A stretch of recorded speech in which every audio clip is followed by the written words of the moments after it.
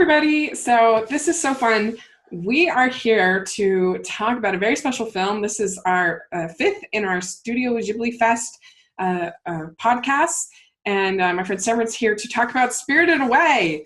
Hi. How you doing, Rachel? Yeah.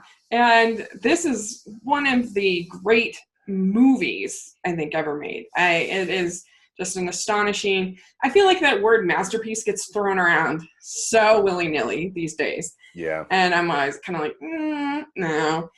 But but I think that Spirited Away truly is a masterpiece. And it's going to be a lot of fun to talk about. Yes. Is your experience with this film, and how did you feel about the rewatch? I saw it when it was originally. I saw I don't know if it was the original theatrical release, but they did a big screen. It was on on the big screen, right? Sometime around 2000. Well, I think it was released in 2001, and whenever the English dub was released, I think John Lasseter was involved with it. Mm-hmm. So I saw it on the big screen for the first time. I guess long answer to your question. Sorry. I think it was 2003. Okay, that sounds right. Yeah, that sounds right. So that was the first time. I believe I've watched it on DVD or Blu-ray since. Oh, 2002. It was 2002. It won the the Oscar. Yeah, for best animated film, didn't it? Yes, in 2000, it was awarded in 2003. That's what I was thinking. But, okay. It was for 2002. Okay, yeah. Thank you. Yeah, that sounds right. That sounds right. So I was very happy again to see it on the big screen, and this was the first time I've seen the Japanese. So the Japanese, the subtitle, the English subtitle. Thank you. Yeah. Yeah. How about for you? Awesome. Yeah. So this was my introduction. I think for a lot of people, it was their introduction to Studio Ghibli. When I remember that Ebert and Roper at the time that because I was always a regular watcher of whatever Roger Ebert was on. I watched whatever version of that show I always watched. Yes. And I remember him getting on and saying that.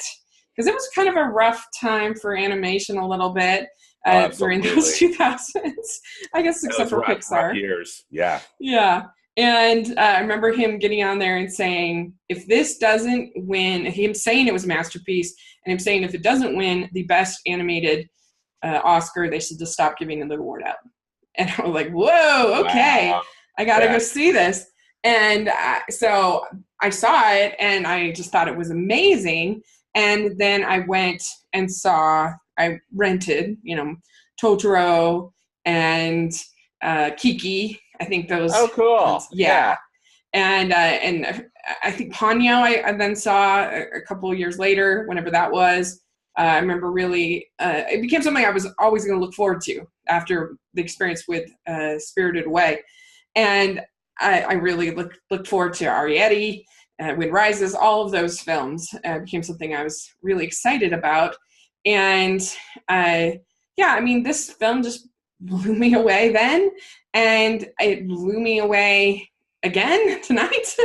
Mm-hmm. It's kind of like Nausicaa in the way that it's sort of hard to talk about because it's so amazing, and it's just like how do you put into words? How do you describe? It challenges my abilities. Yeah. To describe, but I think what makes it so special is that it is probably the most original movie I've ever seen. Mm-hmm. Literally every single thing that happens to me is unpredictable and a surprise. Yes. And not in a like, ooh, I'm gonna try to kind of. There's not a twist or anything, but just like. You have no idea whether like you're going to get a giant baby or like a dragon being chased by paper birds or no face or just everything. It's just so creative and so original, and it's just unbelievable. I mean, I guess you can compare it to Alice in Wonderland. Yes. But I think that Alice in Wonderland is I mean, I guess it's just because it's been part of the public consciousness so long with Alice in Wonderland, and it has more of sort of a lyrical kind of quality to it. I think that I don't know. It's just not quite as it's just not quite the same as this, but that's probably the closest you could get. But both of those are extremely original. It's just that we've had Alice in Wonderland for forever, so it doesn't maybe feel as original. But it's just amazing. Yeah, I really echo your sentiment, Rachel. I have nothing but respect for this movie. It is so beautifully animated, so expertly put together. As you said, every thing that happens, every character that is introduced as a surprise, and you never know which way it's going to go. So it's really an impressive film. And I guess because Miyazaki almost always has a lead female young girl sort of protagonist, and I guess he got the sort of the inspiration for this movie. He was spending time with a friend of his, and who had a 10-year-old daughter, and basically like the daughter was a super brat, and like he was like, this isn't good, this is bad. And so like he decided to make this story about this sort of brat who kind of learns, to go through this experience and sort of learns to be independent, learns to be strong. And so that's really interesting. We can all be grateful for that little brat.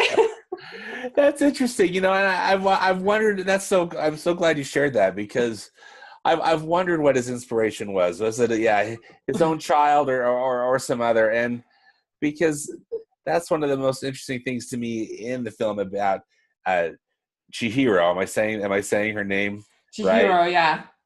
Yeah.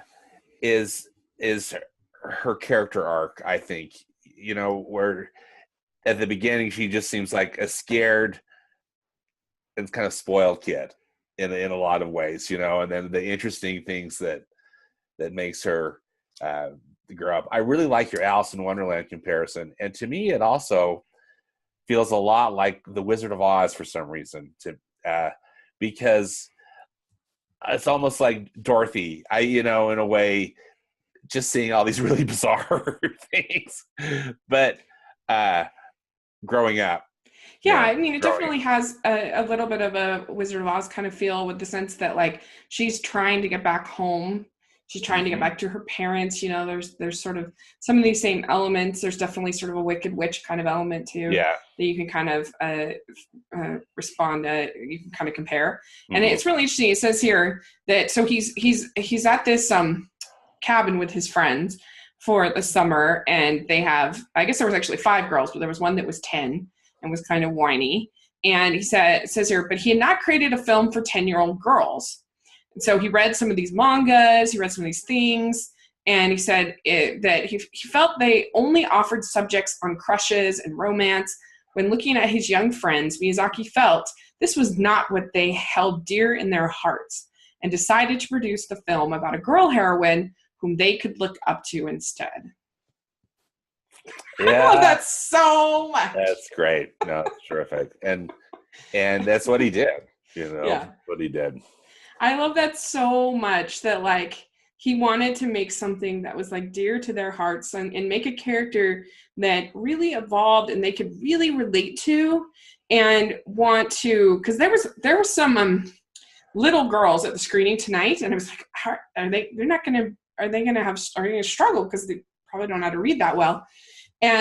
But they were just like transfixed. I think the imagery just enough, because it's not a super wordy movie, but still, I don't know, there's just something about it to see Chihiro go through what she goes through and just become stronger and work harder and be so loyal and so kind, and what her love, as opposed to like saying these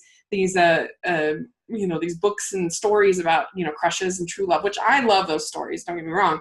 I'm a huge Cinderella nut, but I don't know, there's just something special about a creator making something that will be dear to their heart. The lead of this movie is named Chihiro, And she's kind of whiny and bratty at the start. And she is complaining about having to move. That's sort of the hard thing. And it kind of reminds me in a way of Riley. Yeah, I was going to say it very much has an Inside Out kind of vibe to it in that regard. Yeah. Yeah. So, the difficulties, and I think we all can relate, difficulties of changing schools and your life gets upended, if and when your family moves when you're a child. Well, and I think Pete Docter would be another director that makes things that are dear to people's heart. Yes. Dear to his heart, and you can just tell. And so anyway, so Chihiro is complaining. They end up getting kind of lost, her and her parents, and they find this old abandoned bathhouse. At least that's what it appears to be. And but there's this smell of this food. And her parents start just like wolfing down this food. But Chihiro is like, I'm not touching that. I'm not touching that stuff. And so her parents end up turning into pigs. And I think that is one of the scariest and most intense sort of moments of the movie. How did you feel about that? Oh, I thought it was scary. I thought it was scary the first time, and it was scary again tonight. And again, just it's the scene so expertly crafted. Yeah. It reminds me of the scene in Disney's Pinocchio when the little boys turn into jackasses, Yeah. And it's a good comparison. How scary that is. And that whole scene is set up, I think, so well, because Chihiro's parents, initially they seem like they're just parents. I mean, they're parents, it's just a mom and, they're just kind of playing the mom and dad. Mm-hmm. But in a way, the parents kind of come off as unlikable in a way. Not that it makes them turning into pigs any better. I wanted to get your opinion on this because, first off, the mom, they're driving an Audi car, which is clear, because they're the four rings, right? Yeah, I didn't notice that, but you're right. And thinking, okay, well, so that's an instant way to say this family probably has some money. Right. It's not a Japanese car. Right. And I think, it'd be expensive to have an Audi in Japan. Right. And then, when they find the buffet, all the food, they're like, oh, there was no one there to help them, but they're like, oh, we can pay for it. And then they just start going at it, and I don't know that well, just the fact that they're so like not sensitive to what this is, and Jiro immediately feels it and kind of backs off, like kind of shows, and also even just like a little thing with her mom being like, don't tug at me, like don't like that sort of feels a little bit like I thought it was an interesting choice. I'm processing through it still again. I'm like, I wonder what that really means, or if there was a meaning to it. Another one that I just thought of that kind of similar is Coraline. Yes. Her parents are kind of awful. I mean, these aren't as bad as that, but just the way that Coraline continues to love her parents. Yeah. And want to get the right ones, even though she could be with these ones that seem perfect in a way. But she continues to love her real parents, and so that just made me think of what we were talking about. I think that's spot on. And again, maybe this is one of those things that's to help us show what a good person Chihiro is. That she's, because it really becomes her main focus to help save her parents. Yeah. And even though they might, they've been wrecking her life, with this move and stuff, but she still wants to save them. Yeah. Well, and also it gives us something like she's not too bratty. It's not no, she's not at all. Yeah. I mean, there's definitely other heroines that are just too unlikable at first, and you just get really turned off by these kind of annoying kids. So true. And not here. Here you really, even sometimes sometimes Pinocchio can be a little annoying, if I'm completely honest. No, absolutely. Yeah. Pinocchio often is not a sympathetic character. Yeah. Yeah. So I don't know. It just shows a certain degree of independence and neediness. You got those two sides of her, and she just grows up so much through the course of this movie. And I think that that's really, really an important thing. And I think that's why we all connect with it so much, and particularly, young people really connect with it. And so, well, can I talk about one thing before we go yeah, on? please. Just about this setup. Throughout this film, and I'll probably be bringing this up a bunch, Rachel. I really wish I could read Japanese, and I wish I had more cultural understanding, because that scene where the parents are walking to the buffet, walking through that abandoned, they're calling it an abandoned theme park, basically, but it's almost like it's Main Street, USA at Disneyland, but Japanese, right? I mean, the way they've got the Japanese buildings and the lamps and lanterns and stuff. But I've wondered if there's any significance of it, because there's so much writing on the buildings and on the walls. And I did find a website that was talking about that, and I didn't dive into it too much, because I really wanted to come in more kind of spoiler free again, just try it, and then I'll have to do some more. Yeah, I'm sure there's tons of Easter eggs and tons of things, because he's a very detail-oriented director. Right, and even like warnings or something, that these people are just progressing into this area or environment, which they probably shouldn't be there. I don't know. This is something I wondered, and what if you had any thoughts about that? Well, he does such a great job in creating atmosphere, and just you feel immersed, you feel part of it, and he's great at doing that in general. The music helps a lot. We'll talk about that. But my favorite, that Joe Hisaishi music is so fantastic. And the way that it's all sort of translucent, and you do feel like, oh, there's something weird about this food. Like, don't eat that food. Like, it just in the way it looks, in the way, because like I love anime food. Let's just put that out there. I love the way food looks in anime. Yeah. But it's a little weird here. There's just something, I don't know. You're just freaking out, of course, like anybody would.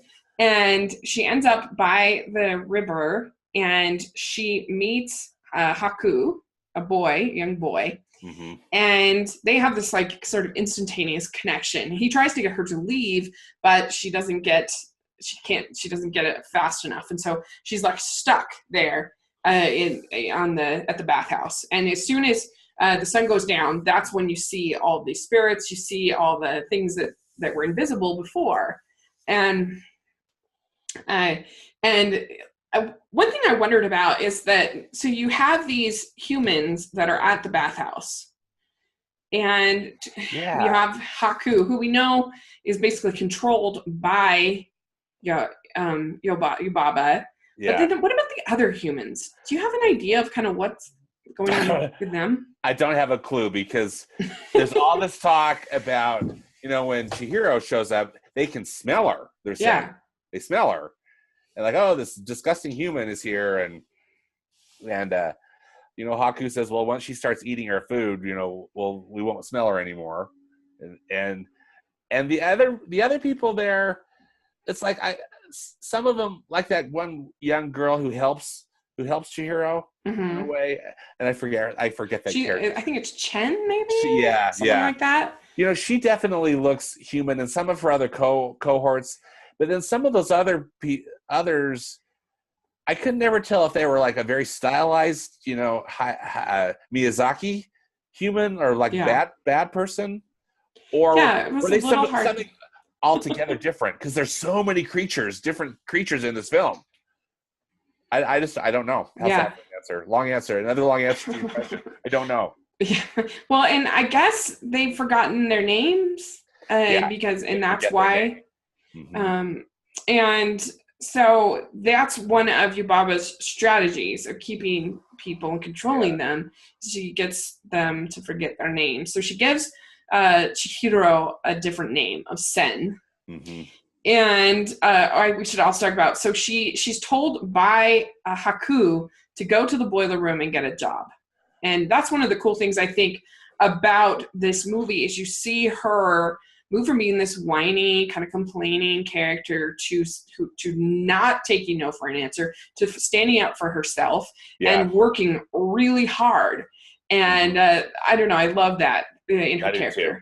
Yeah, I love that part too. And to get to that boiler room, she has to do some scary stuff. I mean, that stairway, that looks just terrifying. That she has to go down, and then the guy in the boiler room with the 6 arms or whatever. Yeah, I love him. I love that whole scene. It's such a cool character, but scary. Again, it would all be so scary, and she really shows what she's made of. She's really brave, and she sticks to her guns. I love it. Talking about attention to details. I love the little spiders. I know so much. They're so great. And those, like, they feed them those little stars. This is the cutest thing I've ever seen in my life. And it's so cool, and it's so weird too. Just like, it's so weird, but it works. And they take all of this time for these just like little moments, like when Chihiro helps the one thing because it's getting squashed. And then as soon as that happens, then all of them like are getting squashed and don't want to help and everything. It's like you can't do their work for them. You have to let them do their own work. Yeah. And you have to be strong on your own. You can't lean on anybody else. And there's also the amazing scene where she crosses the bridge, she's trying to hold her breath. I mean, there's just so much that's amazing in this film. But she meets Yubaba, and like I said, Yubaba gives her a new name. And what do you feel about Yubaba? Well, what a creepy looking character, She's got this, I mean, she looks like the quintessential Studio Ghibli old person, but with this gigantic head, right? Just absolutely gigantic. And this little short squat body, and she can transform into a bird, right? Or whatever that is. I don't know what she does, but she also can fly. But she's a good villain. Yubaba is a good villain. I can't say that I completely understood her motivations, and I don't know, again, if part of it is just my lack of understanding of Japanese culture, if she represents something or what, I'm not sure. I do like her as a villain because she's so striking and she's just nasty, you know? Yeah. What did you think of her? I think she's kind of the wicked witch kind of type. I mean, because you have much a wicked witch, and then her sister is sort of the other side. Then we find out that she's got a good sister who looks very similar. Now, looks exactly the same, really. Your sister. Yeah. I was just going to ask you: are there any other facial things that differentiate the two? I'm not sure. Honestly, I think it seems to me that the sister wears less jewelry. Maybe that's true. Because you know how Yubaba has all those rings on her fingers, and she's doing all that stuff on her desk with all the money and things. The sister doesn't seem to do that, but I'm gonna have to look up some pictures and see if they look very similar though. I think it works. I mean, you have this delicious quality about Yubaba that she has this like giant baby, which is so creative and crazy and weird. And it's the weirdest thing in the world to me. And again, it's great and I respect it, but it just goes over my head. I'm like, what is this giant baby doing here? Yeah, but it's just classic, like, I don't know, kind of villain of like, I don't know. I feel like that's very classic for a villain. Like, it almost reminds me of, like I said, in The Wicked Witch, it's like, oh, what a world. That's exactly it. High drama. I mean, she's Ursula the Sea You hurt my baby.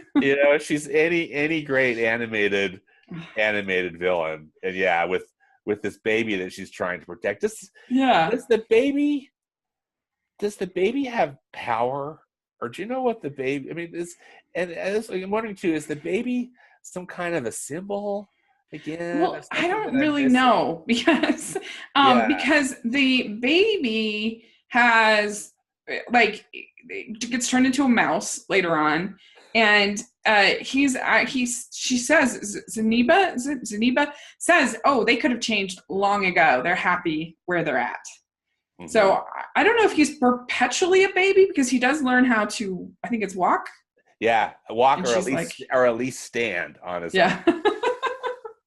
So I don't know what is quite the deal with the baby. And I mean, I guess some people that might bother them because they want to have every question answered. Or I'm one of my followers, one of my friends, he goes to a movie and he always comes back with like 15 million questions. And I'm like, Brian, that's part of the fun of these movies is not to have every question answered, and not to like. they are what they are, you know. Yeah. There's a giant baby, and we don't know why. We should have some mystery and some fun and right. and whatever in these stories. You have Haku. We learn Haku is basically under the control of Yubaba. I think that's a big thing of Yubaba. Is she wants control and power. Yeah. Over everything and everybody. Yeah. And so she takes away Chihiro's name, makes her Sen, and Chihiro realizes, when she sees that card, she realizes that she's forgotten her name, and that's Yubaba's strategy. And Haku has forgotten his name, basically. Mm-hmm. And so, it's an interesting thing. Of course, we know that names are very important in Japanese culture. Yeah. We all love your name. And it's a sign of really love, like give somebody a new name, give somebody their name. Like, it's just an important thing of that culture. Yeah. And so that's all kind of mixed in there. And then there's also basically like two major guests that we get to know as part of the bathhouse take up quite a bit of time. You have the river spirit. Here's the first one, and he is very polluted. And it's up to Chihiro to remove the pollution, which is like, it looks like it's just one thing that's stuck in him. And but it turns out it's like tons of stuff. There's so much stuff. Yeah. Never ending stuff. Yeah. And that whole scene, I think, is just a delight.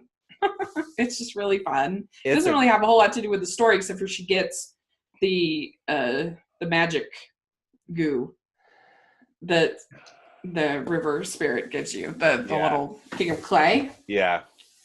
Which makes you more human, I think. Yeah, I guess, and it seems to have some kind of healing qualities too.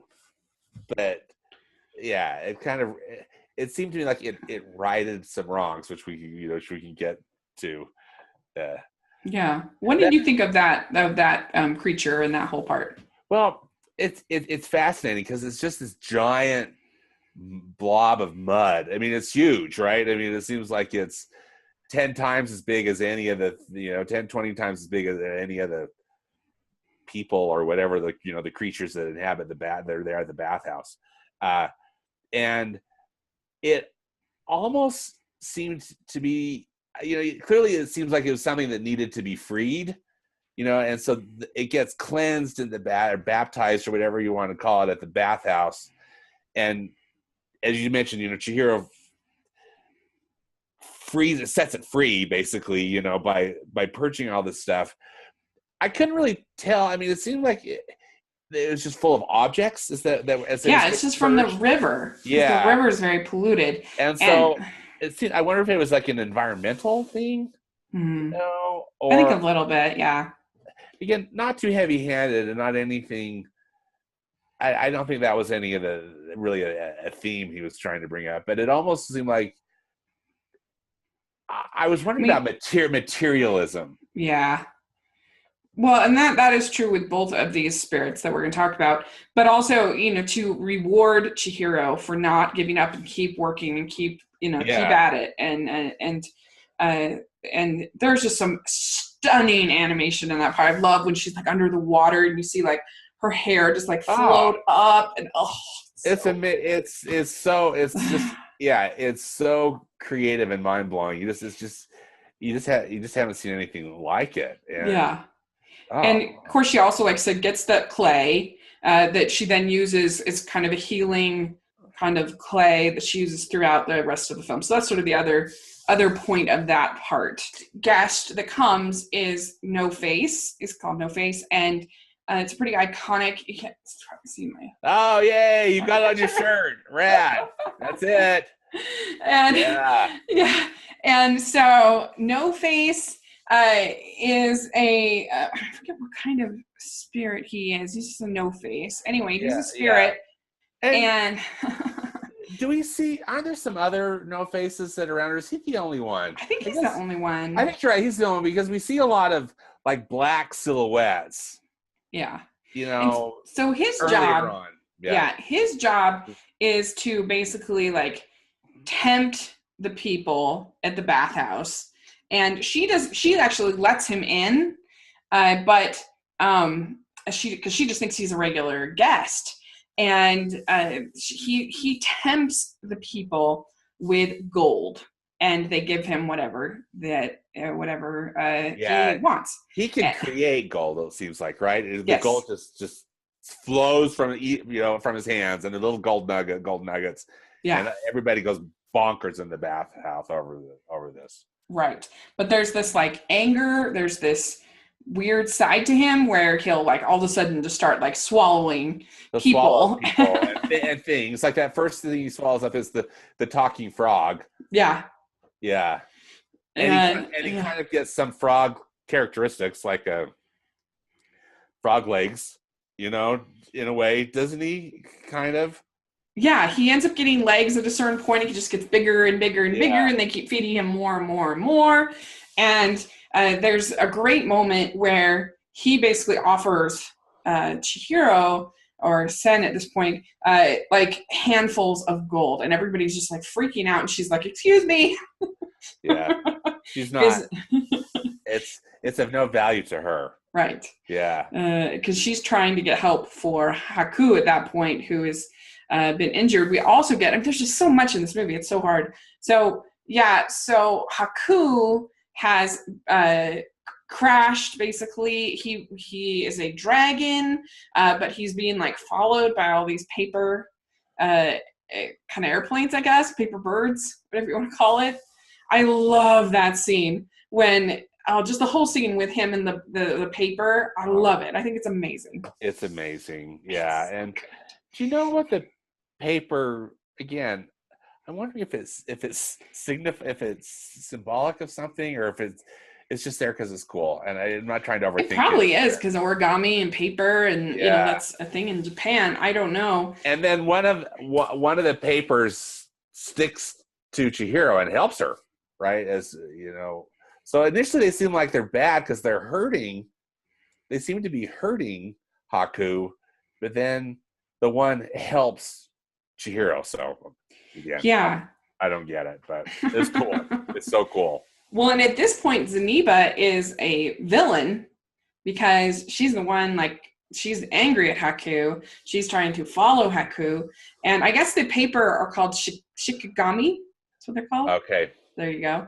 Yeah. And so Zeniba is angry because Haku stole this seal from her, which I guess is a magic seal, and she wants it back. She's very upset, and that's when she transforms the baby into the mouse, and she transforms these 3 rolling heads into the baby to trick Yubaba, because they don't get along very well, the two of them. The 3 rolling heads too. It's just like they're so weird. They're so delightfully weird, though. Yeah. Delightfully weird. Oh, no question. But yeah, I was like, okay, there's 3 rolling heads. Ends up finding Haku and going and giving her some of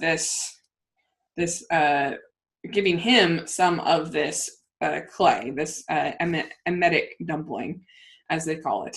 And it makes it so he basically like throws up the seal and the slug, and I guess it's the slug that had been controlling him, that Yubaba had been using to control him. And so the reason why she's able to do that, and she finds this out from from the what's his name? Kamaji, the boiler room guy. She finds out that it was her love for Haku that made that happen and made it work, which is really cute. Yeah, no, I like that. I like that too. You know, that that's so interesting. You know, the dumpling, the scene that how she, you know, Chihiro makes Haku, you know, in dragon form, eat it. And I love how she just squeezes his mouth shut and just is forcing him to swallow, you know, because he doesn't want to do it. But again, another real tribute to her bravery. Mm-hmm. I also think that scene when, you know, she gives the dumpling to No Face, and then he just he pukes for 5 minutes, you know, but he's just all that stuff that he's consumed is leaving his body, and he seems like he's really mad about it, but it's what needs to happen, you know. Yeah. She saves him too. She like saves him from this like greedy, horrible side of him. Yeah, this frenzy. It's like this materialistic frenzy of everybody's going crazy for the gold that he's generating, and all he's doing is just eating everything he can see. And it's, I don't know, again, I was wondering if that was symbolic, and again, I hope I'm not overthinking it, but again, and I just wondered if Miyazaki was talking about the perils of overconsumption, you know, of materialism, and because the baby does that at a point too, right? I mean, how the baby and I think it can't not be a little bit of symbolism, because just the sort of the excess and the way that No Face tempts them is, you know, and the way that evil and you know, things can tempt us to do things that, like 6 months earlier, a year earlier, we never dreamed of doing that. But it just sort of, you know, the money or the power or the prestige or whatever it might be. You know, with Yubaba, it's power. With these people, it's money, it's gold. You know, the different things, and that's what makes Chihiro special, is that she is motivated by love. And friendship. She's just unaffected by it, and I wondered about that. I mean, part of it, I think, is because she's a child, you know, and that's just not part of her life. But then also, it's just her good character, right? Yeah, and just how much she is like grown from that whiny character at the beginning through hard work and through. I think the fact that Haku rescued her, that made all the difference for her character. Like, she had been. I can imagine that, like, once your life had been saved by anybody, you would be more sort of. It would change you. Yeah. Right? It would change you, who you are and how you look at people. And I think there's definitely some of that here for sure with Chihiro. And so, we kind of jumbled up the order and everything, but it's after she gives. Sorry to backtrack a little bit, but no, I did it because so she gives Haku the dumpling, and then that's when she confronts No Face, and he tries to tempt her with the gold, and she says, "Nope, I've got to go find Zeniba," because I always forget his name. Why do I forget his name? Kamaji gives her his train ticket. So there's this one-way train that will take her to Zeniba's house. Yeah. And it ends up being that the mouse and the little bird, which are actually the baby and the bird, and the bigger bird that's turned into a little bird, and No Face and Chihiro all go on this journey. And this is some of the most beautiful animation of the whole thing. Just stunning. That segment, I just wanted to rewind it and watch it again. It's so beautiful because the train tracks are partially underwater. Yeah. Too, and just the colors and the reflections and how they're able to animate that. The spirits on the train look so great, and just so like great. So it's just so masterfully done. I loved it.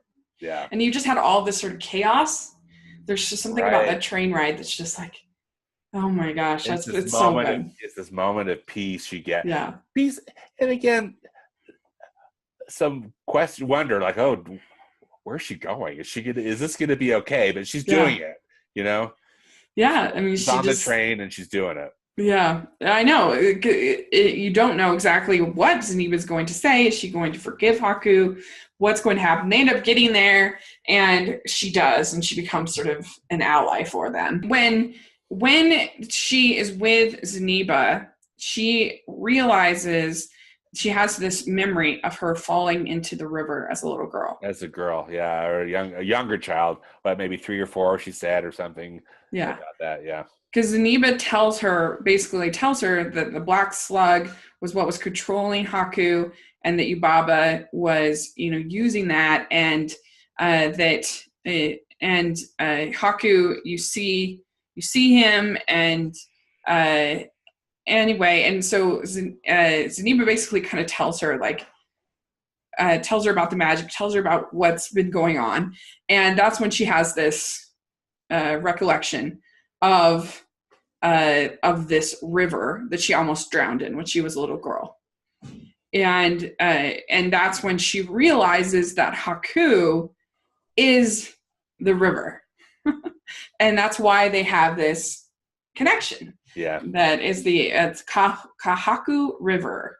And that is another just gorgeous sequence when she's under the water and reliving this experience. And she realizes why they had such a connection is that he had literally already saved her life once before. And so, yeah, I think that's really great, really beautiful. Me too. Yeah. And wonderful scene. Yeah, and it's something I just kind of glossed over a lot of the times that I saw it. And then I don't know, because I didn't really care that I didn't understand exactly what was going on, because I was just so dazzled by the animation and and everything else that it didn't matter to me. And I think this is a movie that you can watch again and again, get something new, get something fresh out of it every time you see something new every time. There is so much going on in every frame of this film. Yeah. And so, the last sort of test when she gets back is that Yubaba asks her to identify her parents from among all of these pigs. And that if she can do it, then she'll break the curse. And Chihiro says that none of them are her parents. And because, at this point, now that she's realized who Haku is, she's remembered her name, and, she's starting to kind of get back to who she was. And so she breaks the curse, and her and her parents basically, first Haku says, you have to walk and don't look back. It sort of wraps up for Chihiro and the story. Do you feel like it's satisfying? Well, it's, it is. I think it is satisfying. It's just so nice to see her with her parents again, but, and it's very dramatic how it's done as they're walking out, kind of retracing their initial steps from the first of the movie. Again, more confusion on my part, not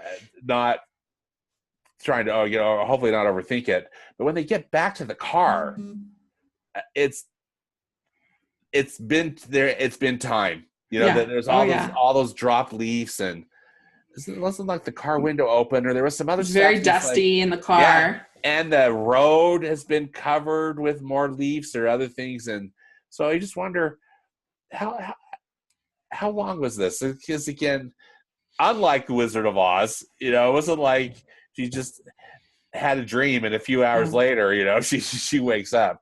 That's true. They went someplace, and it almost seemed like those statues that Chihiro was seeing as they were approaching. That almost seemed like a warning, at the beginning. Had more moss on them to me. Oh yeah, definitely. I think so. Yeah, it's true. I think it was actually, I don't know if it was real time, but it was definitely many months. Mm-hmm. So it'll be interesting to see why her parents, like, it would be interesting to know what her parents think about all that. Because he's like, oh, we got to get to the moving. Did they say some other comment about the moving van again? Yeah. And like, well, the moving van, I think, was there months ago. Yeah, your stuff's all gone. Yeah. Yeah. That Haku is always going to be a part of Chihiro. Yes. And she'll always carry that sort of strength that she gained through this experience on into the rest of her life. Yeah. I think, I wondered that. I remember this the first time I watched it, and the thought crossed my mind again to Rachel. And I'm sorry to keep bringing up the Wizard of Oz stuff, but I wondered if it's all was like a dream. But then with the way it ends, clearly it probably isn't. You wonder what you wonder what they'll all remember of it. But it's cool because again, Chihiro really she changes. She's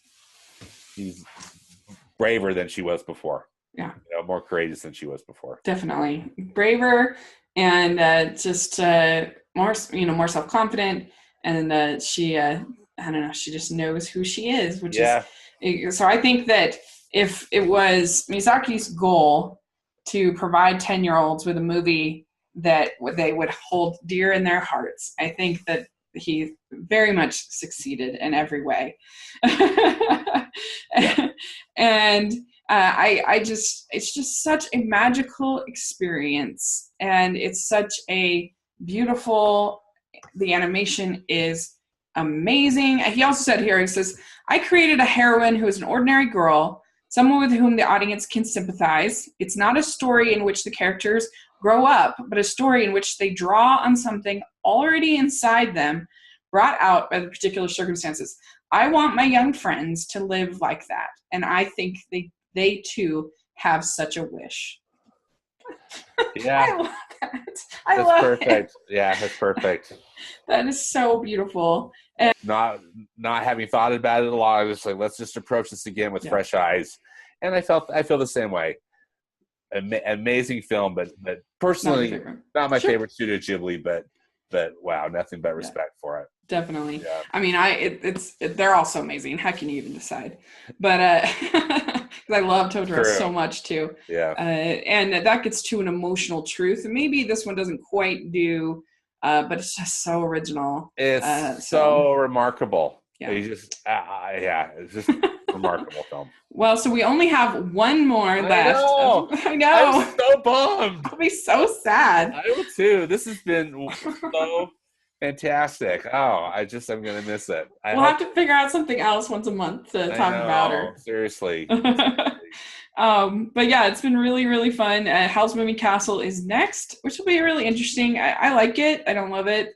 It's good. Yeah, I'm excited to see it on the big screen. I've never seen it on the big screen before. And again, I don't think I've seen a Japanese, I haven't seen the sub version. So I'm excited about that. Yeah, that'll be good. And so where can people reach you, find you? I'm on Twitter at Stanford Clark. And I also have a blog, stanfordclark.wordpress.com. Great. And I'll have that link, all that in the description section. And you can find me at Rachel's Reviews on iTunes. Make sure to subscribe and leave your reviews and your ratings on iTunes. I really appreciate it. And you can find me at 54 Disney Reviews for my blog. And I'm really excited this month for Family Movie Night. I'm doing all foreign films. So how cool. So it's going to be really fun. So make sure to check that out on Sunday. The first one I'm going to do is called Our Little Sister by a wonderful Japanese filmmaker named, I don't know what his first name is, but Korida is his last name. And he's an amazing, amazing master. So that'll be a lot of fun.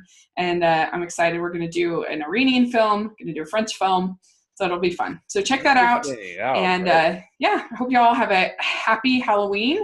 And thanks so much for joining me to talk about Spirited Away. Thanks.